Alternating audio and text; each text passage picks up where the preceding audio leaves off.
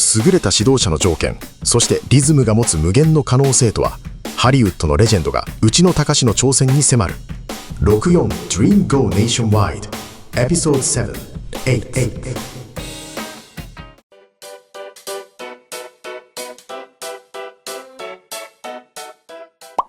We're talking about a little bit of instructor area right now. What are the key qualities of a great instructors, good instructors? I think patience. Patience. Patience is important. Being able to see as an individual, if you're teaching individuals, what their capabilities are, what their physicality is, what their way of learning, to understand, because everybody tends to learn different, or they may be more visually oriented, they may be more tactile, they may be more, verbally oriented. So to find out if you're teaching privately, and maybe they have some other athletic abilities that they do or what they're comfortable with, to be able to find to access the easiest way for them to understand what you're trying to teach them, regardless of if it's martial arts or using guns or other athletics, or even learning how to drive or something like that. To be able to plug into the way that they like to learn is very important, so that you can access a sort of a streamlined way for them to learn things. As far as a group setting, it makes it a little bit more challenging, and that's why you have to be a little bit, have a more of a sort of a not set format, but more something that you can teach masses and also sort of tweak it along the way for people that are within the groups that you're teaching, and that may be more of a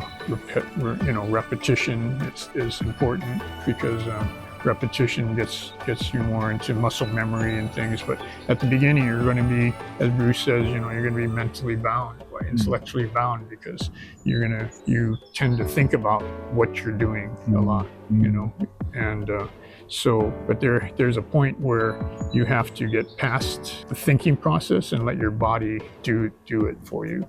So there's a fine line that I've found, to be able to move past the thinking process. But I think a good teacher will notice that and will realize that set patterns are important, but there's a point where you need to give them some freedom to be able to move more fluidly and more and be able to just get past the mechanical process of doing things. So a good teacher should be very understanding, very observant, be very patient and understanding, and generally keep your cool and just know that everybody learns different and everybody learns at a different speed, and you can help push people a little bit that need it, and some people don't do well under pressure, so you need to let them. It's just basically having an understanding of how people, their learning process, how they what makes them flourish and become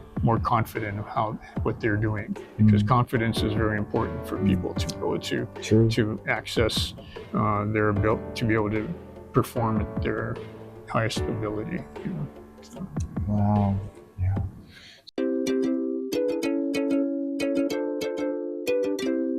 So, it's in mass teaching and private teaching. Like a guru always says that we used to take them back in the backyard. He was teaching 3 hours, and whereas now he has to teach within 1 hour or something. And because the reason why I went into fitness is because I was more interested in mass teaching and using rhythm, and but it won't be able to get people into details, like very essence of martial arts. Very hard to do it, but it's fun, and to be able to do certain imitation of motion can lead them into the seek out the real martial arts and stuff. That's the area I was kind of focusing on past 30 years or something like that, and it was a lot of fun. But you attended my show, and honestly, what do you have any opinion about that one? I think you've done a great job. I think it's especially using music is very important, because everybody, the earth, the human body, every organ has a certain frequency that moves at, and the heart sets the pace of it, and there's resonance between everything, and the earth resonates a certain frequency. Right.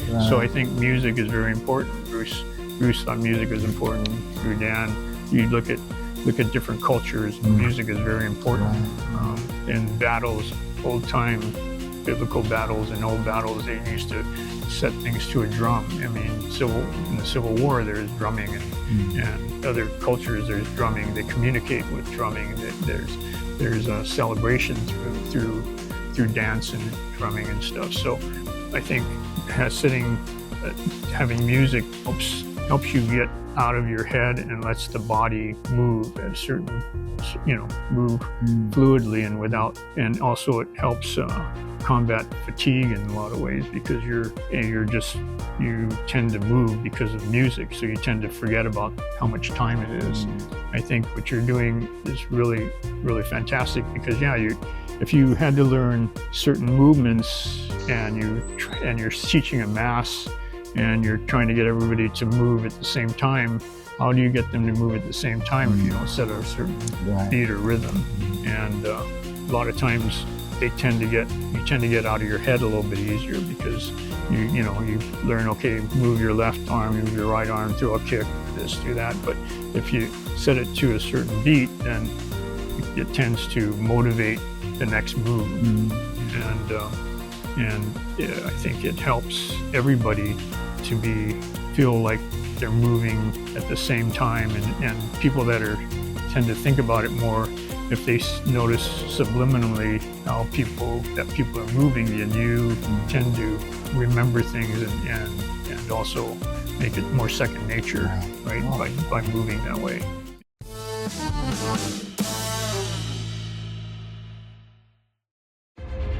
And because I think it's important, you need to have the structure and you need to have that rhythm in order to understand it and feel comfortable. And also, by doing it with music, you feel more light and it's more enjoyable and less like work, and it's like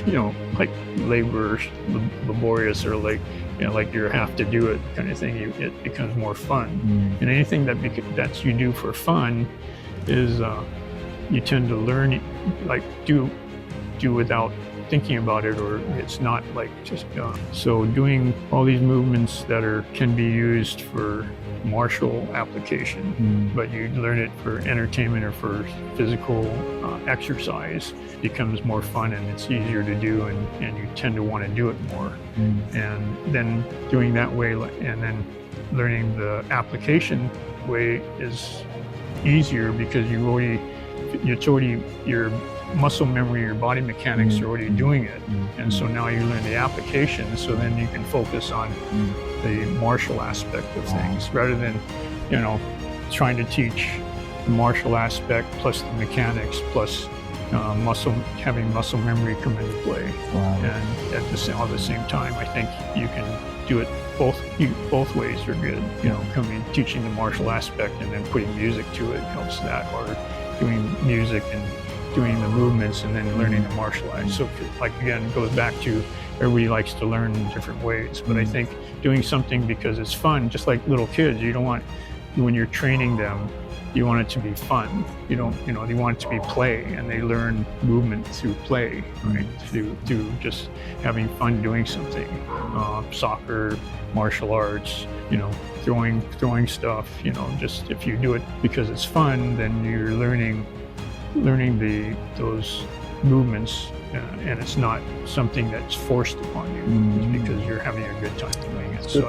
So I think what your approach and what you're doing and what you're providing people is fantastic. And I think, and I saw people, which was very impressive from a young age, to like people in their 80s, 80-year-old people doing stuff, all with people that are in their 20s, and they're having a great time. They may, of course, because of their physicality or their age, they may not be able to do it as good as somebody that's 20, but some people are, and they're having a great time doing it, and it's very satisfying and rewarding, I think, what you're doing. So that's good. I'm very surprised that you were there in the show just one day and observed it so well. And it's not hard to miss.